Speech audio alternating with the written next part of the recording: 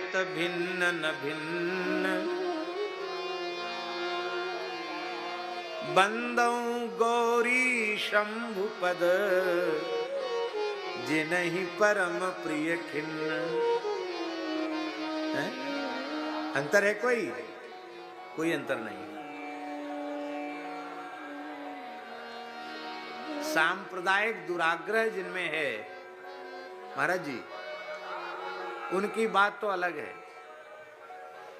पर सनातन धर्म के मूलभूत स्वरूप के समर्थ प्रस्तोता भगवान कृष्ण द्वैपायन व्यास जी की वाणी, जिस वाणी में समस्त वैदिक सनातन धर्म के आचार्यों का भाव सन्निविष्ट है, समाहित है, उस व्यास वाणी का आश्रय लेकर के हम बोल रहे हैं हरि हरयोर अभेदा।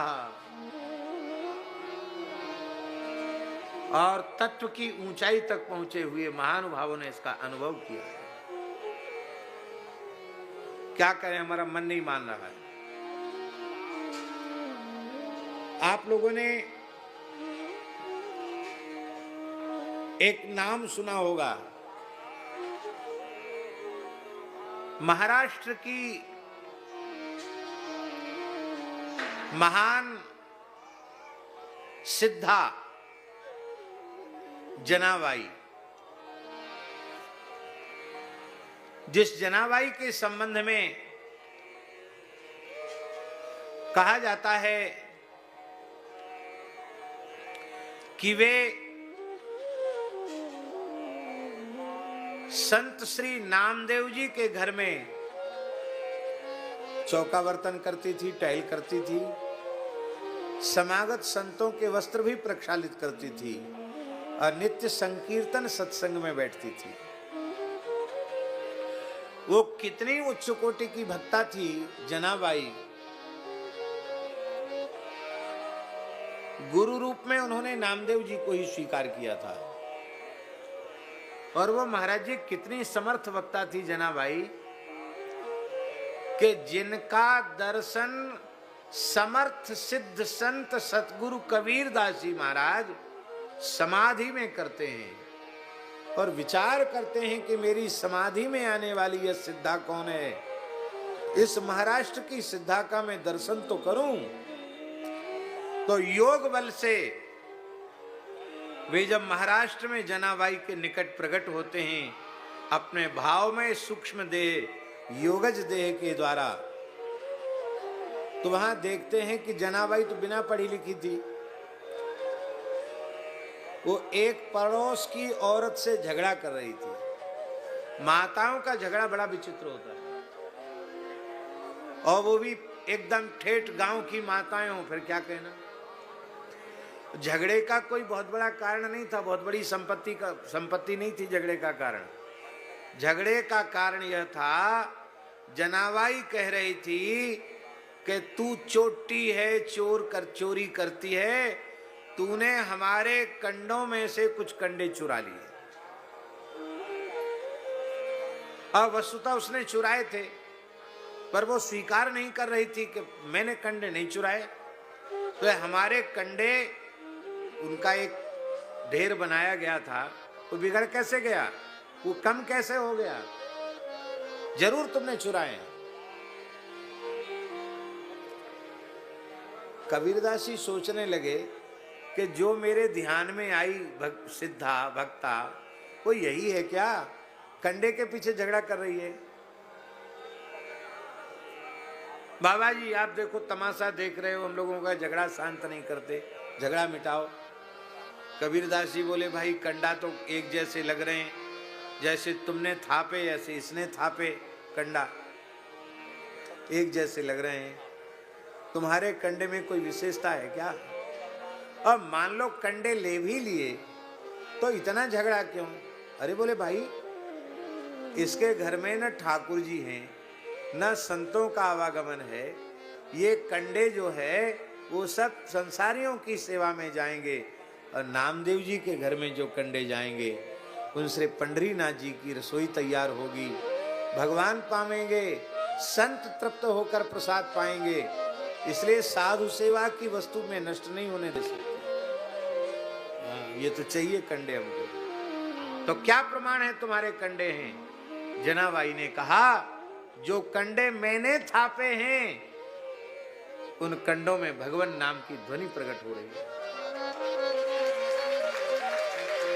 श्री कबीरदास जी को आश्चर्य हुआ और उन्होंने जब जनाबाई के कंडे कान में लगाए तो जय विठ्ठल हरि पांडुरंग, जय जय राम कृष्ण हरि, जय जय राम कृष्ण हरि, जय जय राम कृष्ण हरि, भगवान नाम प्रकट हो रहा था। महाराज जी कबीरदास जी दंडवत करने लगे, भगवती धन्य हो, जिन कंडों को तुम छू देती हो उनमें भगवान नाम प्रकट हो जाता है। और उसी पहचान के आधार पर कबीरदास जी ने झगड़ा मिटाया। वो जनाबाई जो व्याकुल होती है कि आज कपड़े बहुत धोने हैं और मेरा कहीं सत्संग न छूट जाए, तो ठाकुर जी सामान्य स्त्री के वेश में आकर कपड़े धुलवाने लग जाते हैं। वो जनाबाई बिना पढ़ी लिखी है महाराज जी, पर भगवत साक्षात्कार संपन्न है और महाराज जी उसका ज्ञान भी अतीन्द्रिय है। एक बात सुनकर आपको बड़ा आश्चर्य होगा। एक अभंग में जनाबाई ने कहा है कि मेरे गुरुदेव नामदेव जी को साधारण मत समझना, यह तो जीव जगत के कल्याण के लिए, भक्ति प्रचार के लिए प्रत्येक युग में आते हैं।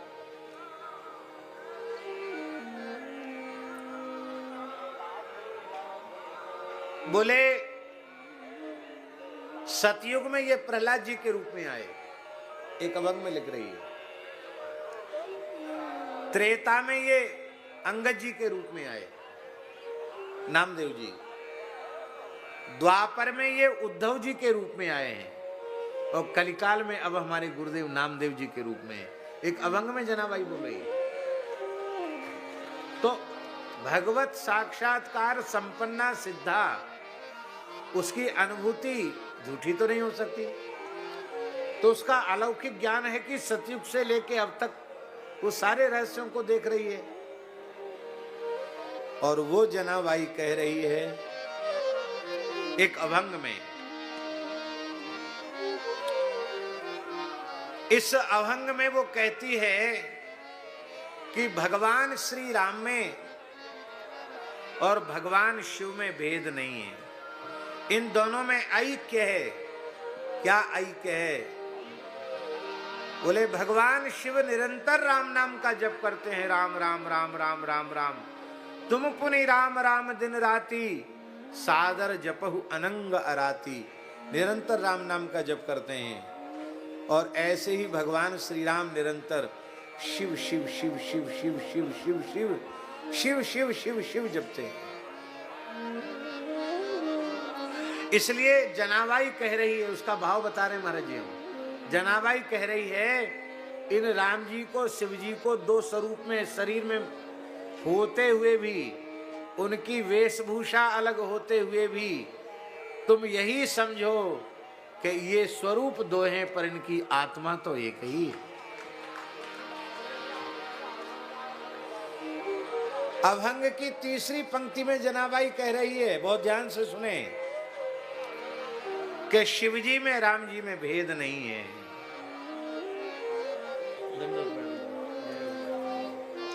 बड़ी कृपा। श्री हाथीराम मठ के मंदिर के श्री महंत परम पूज्य श्री महंत श्री अर्जुन दास जी महाराज कृपा करके पधारे हैं और हमारे रामायणी श्री राजीव लोचन दास जी महाराज भी आए हैं। बहुत प्रसन्नता है, हम महाराज जी को दंडोत प्रणाम करते हैं। वो कह रही है शिवा रामा नाही भेद, इनमें भेद नहीं है। और वो कह रही है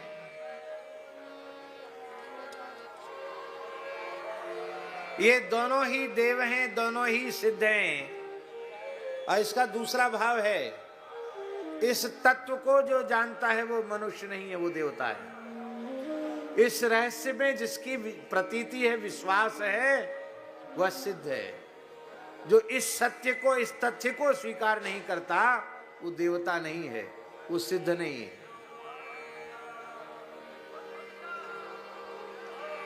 अंत में जनाबाई कहती है कि दोनों का आत्मा एक है और दोनों ही घट घट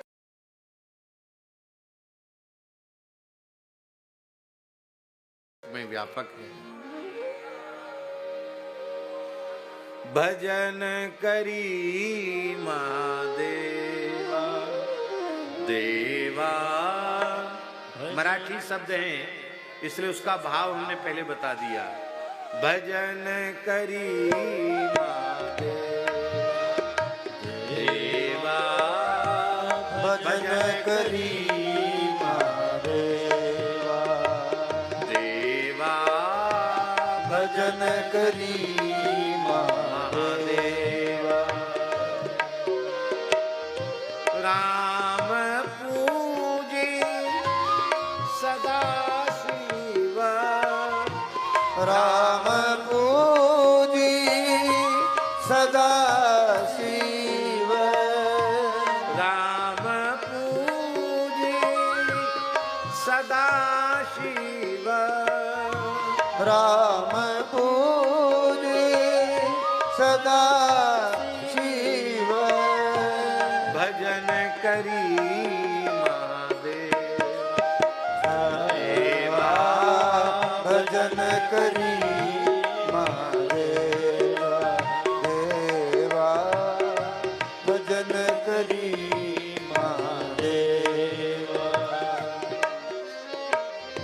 दोघे देव एक पाही, दो देव एक पाही, तया ऐक्य दूजे नाही, दया एक तुझे नाही,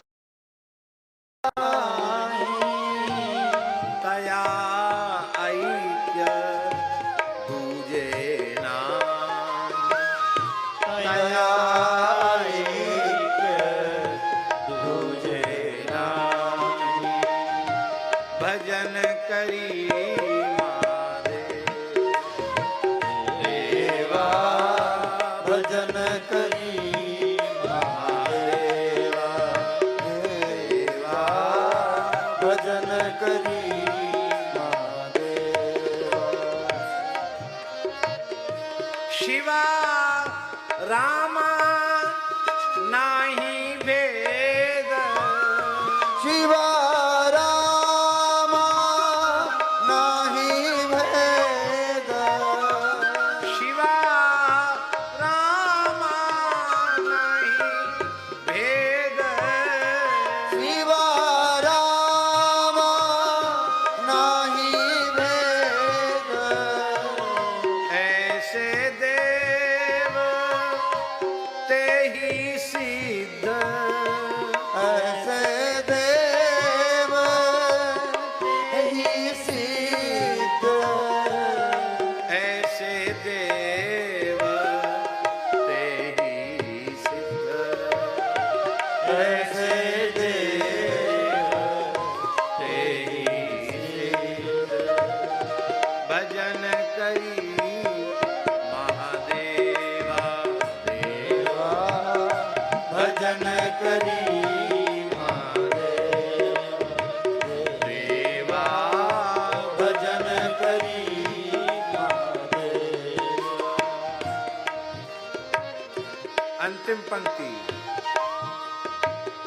जनी म्हणे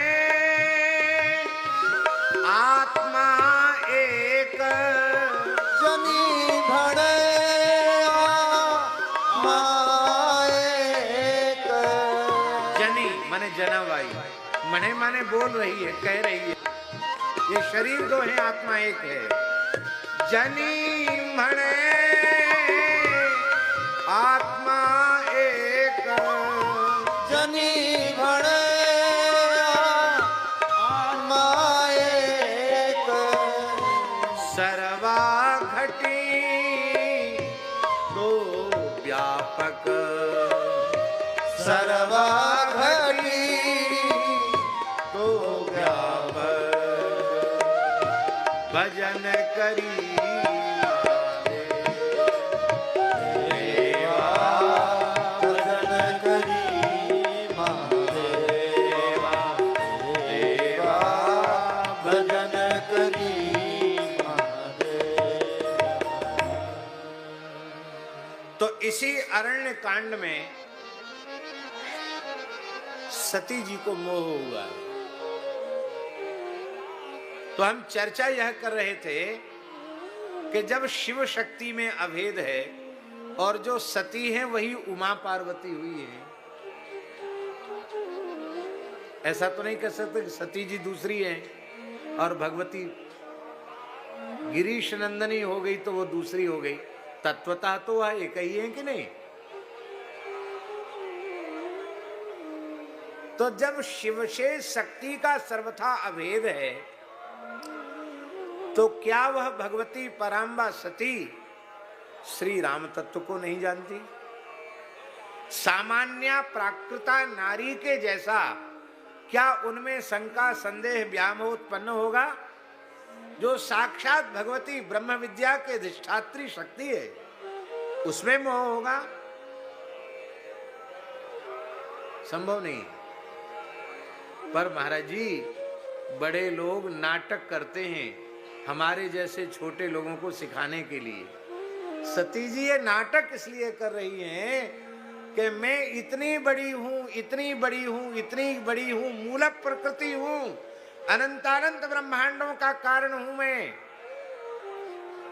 लेकिन मेरी जैसी के द्वारा भी यदि भगवत चरित्र की उपेक्षा होती है तो उसका दुष्परिणाम कितना भयंकर होता है कि हमें अपने प्राणाराध्य शिव से दूर होना पड़ा। शिव जी ने मेरा त्याग कर दिया और फिर उनके निकट रह करके भी उनके विरह के दुख का अनुभव करना पड़ा। फिर उनके अपमान का विधान जहां किया गया है ऐसे उत्सव में, ऐसे यज्ञ में जाना पड़ा और अत्यंत क्षुब्ध होकर योगाग्नि में अपने देह को भस्मसात भी करना पड़ा। यह सब कारण क्या है? यह सब कारण है कथा में श्रद्धा न रखना, कथा ठीक से न सुनना। तो इसलिए अब शंकर जी कहते उमा अब सावधान होकर सुनो, क्योंकि यही लीला देख करके तुम्हें संदेह हुआ था। अब तुम्हारा नाम उमा है? उमा ये नाम कैसे पड़ा आप जानते हो? जब भगवती पार्वती भगवान शिव की प्राप्ति के लिए तप करने के लिए जा रही थी तो उनकी मां मैना ने अत्यंत वात्सल्य के कारण का मां माने ऊ जो है वो अव्यय है। मां माने मत जाओ, वो भी बहुत छोटी बालिका हो, निर्जन वन में कठोर तप कैसे करोगी? तो मां कहा तो तब से उनका नाम उमा बढ़ गया है ना। ये है उमा शब्द का रहस्य। तो फिर कितना कठोर तप तुमको उमा के रूप में करना पड़ा तब मैं मिला हूं। इसलिए अब सावधान होकर सुनो। उमा राम गुण गूढ़, राम जी के गुण गूढ़ हैं, अत्यंत रहस्यपूर्ण हैं, छिपे हुए हैं। उन गूढ़ गुणों को जब पंडित सुनते हैं और मुनि सुनते हैं तो उनके हृदय में शरीर संसार से पूर्ण वैराग्य उत्पन्न हो जाता है।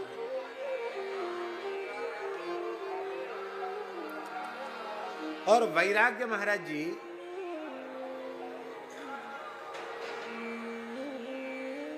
अत्यंत महत्वपूर्ण है, अत्यंत महत्वपूर्ण है।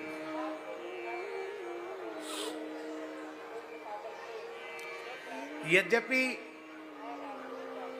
पद्म पुराणोक्त श्रीमद् भागवत महात्म्य के अनुसार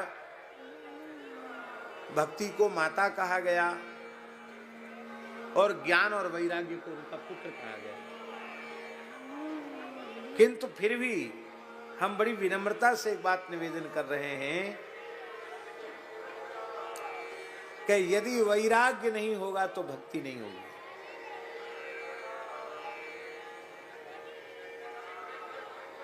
क्योंकि भक्ति का